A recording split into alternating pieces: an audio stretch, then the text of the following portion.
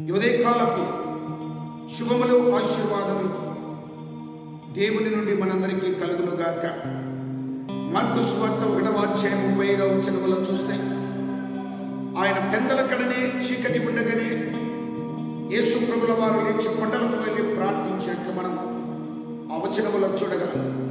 అనగా వేకువజామున లేక తెల్లవారుజామున లేచి దేవుని ప్రార్థించడము అన్నది దేవుడు మనకు నేర్పినటువంటి ఒక మంచి పని. ఈరోజు ప్రభువా నాకు తోడుగా ఉండాలి, నేనేమేమి చేయవలనో నాకు నేర్పండి, నాకు చూపించండి, అలాగనే ఈ దినమంతయు నీ కాపుదల నీ సన్నిధి నాతో ఉండాలి అని ప్రార్థించారు.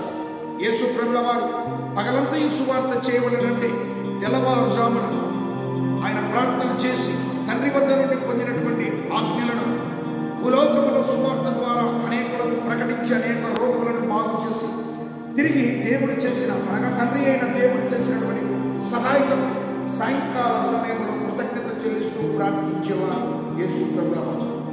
మరి నీకు కూడా ఈ లోకంలో క్రీస్తు యేసుకు కలిగిన ఈ అలవాటు, ఈ మనస్సును నీ హృదయంలో నీకు భద్రపరుచుకొని తెల్లవారుజామున ప్రభు సన్నిధానమునకు చేరి ప్రభువును ప్రార్థించి, ఇదిగో ప్రభువా, నేను ఈ దినము బయటికి వెళ్ళడానికి ముందు నీ యొక్క కృపను నీ దీవెనను నాతో, నీ సన్నిధిని నాతో ఉండని, నేను ఎక్కడికి వెళ్ళినా నాతో మీరు ఉండాలి అని దేవుని నీవు మరి ప్రాధాన్యపడి అడుగు.